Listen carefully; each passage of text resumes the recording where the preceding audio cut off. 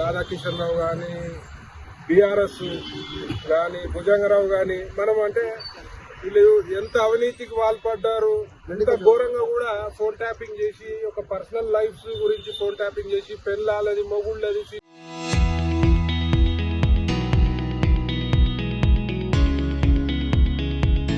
Cinema హీరోయిన్లది యాక్టర్లది ముఖ్యంగా హీరోయిన్లు, ఎందుకంటే ఇక తెలుసు కదా ఎవరికి హీరోయిన్ల పిచ్చి ఉంటుందో.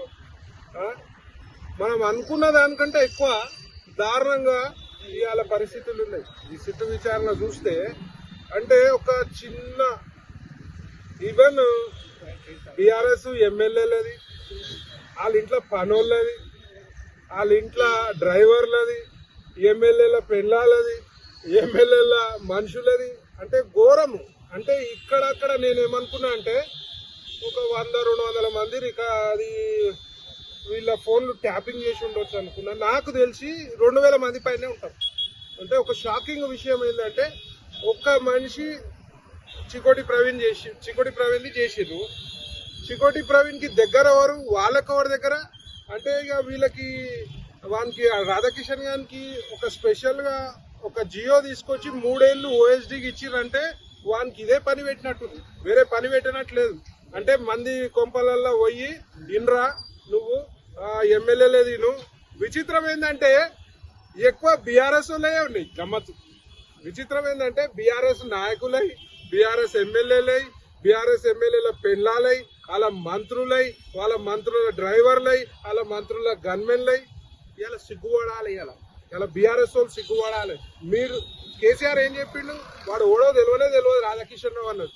అసలు జియో తీసుకొచ్చిందే నీ గవర్నమెంట్ కేసీఆర్, నువ్వు సిగ్గు లేకుండా తెలియదు అనుకున్నావు. ఇవాళ పోలీస్ వ్యవస్థని టోటల్ గా మిస్యూజ్ చేసిన ఘనత ఇలా బీఆర్ఎస్ ఉన్నది. ఇవాళ ప్రజలు ఏ రకంగా మిమ్మల్ని నమ్మే పరిస్థితి లేరు. సిగ్గు లేకుండా గవర్నమెంట్ లో ఇంకా గ్రౌండ్ లెవెల్ తిరుగుకుంటా మమ్మల్ని నమ్మండి, బీజేపీని నమ్మొద్దు, కాంగ్రెస్ నమ్మొద్దు అని చెప్పే పరిస్థితి ఇవాళ ఇంత నీచమైన రాజకీయము ప్రపంచంలో ఎవరు చేయరు. ఆ ఘనత మొత్తము బీఆర్ఎస్ కే.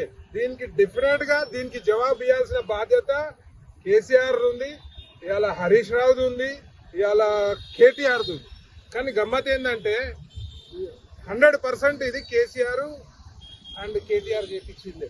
ఎందుకంటే నాకు వచ్చిన రిపోర్ట్స్ ఇప్పుడు చూసినవి కాదు, పాత రిపోర్ట్స్ కూడా హరీష్ రావు గారిది కూడా ఫోన్ ట్యాపింగ్ అయింది, వాళ్ళ వైఫ్ కూడా ఫోన్ ట్యాపింగ్ అనేది చెప్పినాం. ఇవాళ మీడియాలో కూడా చూసినాము. ఇవాళ చూస్తే నేను 10% ఉందనుకున్నా కానీ 110% ఇవాళ టోటల్ గా ట్యాపింగ్ చేసారు. గ్రౌండ్ లెవెల్ ఎవరి మీద మనం మీడియాల మీద కూడా ట్యాపింగ్ చేసారు, ఈవెన్ మీడియా మీద కూడా ట్యాపింగ్ చేసిన ఉన్నాయి రికార్డ్స్. ఇప్పుడు మీరు మాట్లాడినటువంటి కాల్స్ ట్యాప్ అయినాయి. సో ఇప్పుడు మీకు చూపించినప్పుడు మీరు షాక్ గురయ్యారా? 100% షాక్ కూడా కావాల్సిందే, ఎవరైనా షాక్ కి గురి కావాల్సిందే. ఇవాళ మీడియాలో ఏం పని చెప్పండి, మీడియాలో కూడా ట్యాపింగ్ చేసారంటే మీరు ఏం చేద్దాం అనుకున్నారో నాకు అర్థమైతలే. పుసుక్కున మళ్ళీ 5 ఏళ్ళు గవర్నమెంట్కి వస్తే మాత్రం ఇవాళ తెలంగాణ పరిస్థితి అస్తవ్యస్తంగా ఉంది.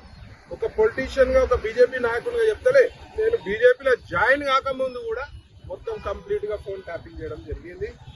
ఎక్కడ కూడా ప్రైవసీ లేకుండా మిస్యూజ్ చేయడం జరిగింది. ముఖ్యంగా రాధాకిషన్ రావు ఆస్తులపై విచారణ జరిపించాలని చెప్పి నేను ఈ గవర్నమెంట్ కాంగ్రెస్ ను కోరుతున్నా.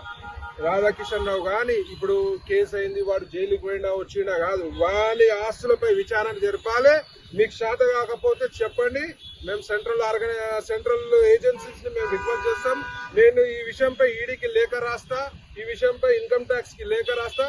వాని ఆస్తులు అక్రమంగా బెదిరించి ఏవైతే ఆస్తులు గుంజుకుండో అవి ఇమీడియట్ గా సీజ్ చేయాలని చెప్పి నేను మనం చేస్తాను. మీ స్టేట్ ఏమన్నా అవసరం ఉండి డౌట్ ఉంటే మాత్రం వాళ్ళు అడుగుతా అని చెప్పారు. కానీ ఈ విచారణ కాంగ్రెస్ రేవంత్ రెడ్డి గారు చెప్తున్నా, ఎట్లాంటి మీరు ప్యాకేజీలకు అమ్ముడు పోకుండా ట్రాన్స్పరెన్సీ తోటి ప్రజల గురించి, ప్రజల విశ్వాసం గురించి మీరు ఈ విచారణ పరిపూర్ణంగా చేయాలి. మధ్యలో మీరు ప్యాకేజీలకు అమ్ముడు పోయి మాత్రం ఈ విచారణ పక్కకు జరిగితే మాత్రం 100% నెక్స్ట్ బీజేపీ గవర్నమెంట్ వస్తుంది. ఆ గవర్నమెంట్ వచ్చినాక మళ్ళీ కేసును తోడతాము, ఏ యొక్క నిందితుడిని కూడా వదిలే ప్రసక్తి ఉండదని చెప్పి సందర్భంగా మీరు ఎవరితో ఉన్నారు కదండి, మనం కొన్ని చెప్తే బాగోదు. కంప్లీట్ చేయని ఎన్ని సంవత్సరాల క్రితం నాది నాపై ఎప్పుడైతే ఈడీ రైడ్ అయిందో దానికట్ట నాకు ఈడీ రైడ్ కట్ట ముందు 6 months నుంచి నా యొక్క ఫోన్లు వినడం జరిగింది. ఇంకా కొన్ని విషయాలు మనం ఎందుకంటే వాళ్ళ ఎంక్వైరీ దశలో ఉన్నారు, అవి ఇంకా కూడా చాలా వీళ్ళ దగ్గర ఉన్న డేటాని వాళ్ళు చెరువులలో పడేసిరు కదా. అసలు రాధాకిషన్ రావు, భుజంగరావు ఇసుంటోళ్ళని పోలీసుల పద్ధతిలో విచారణ చేస్తే కరెక్ట్గా వస్తుంది. నేనైతే ఏమంటా అంటే కోర్టు పర్మిషన్ తీసుకొని నార్కో అనాలిసిస్ టెస్ట్ అంటే పర్మిషన్ ఇవ్వాలి కోర్టు. వాళ్ళిద్దరి పైన నార్కో అనాలిసిస్ టెస్ట్ చేస్తే అసలైన నిజాలు బయటకు వస్తాయి.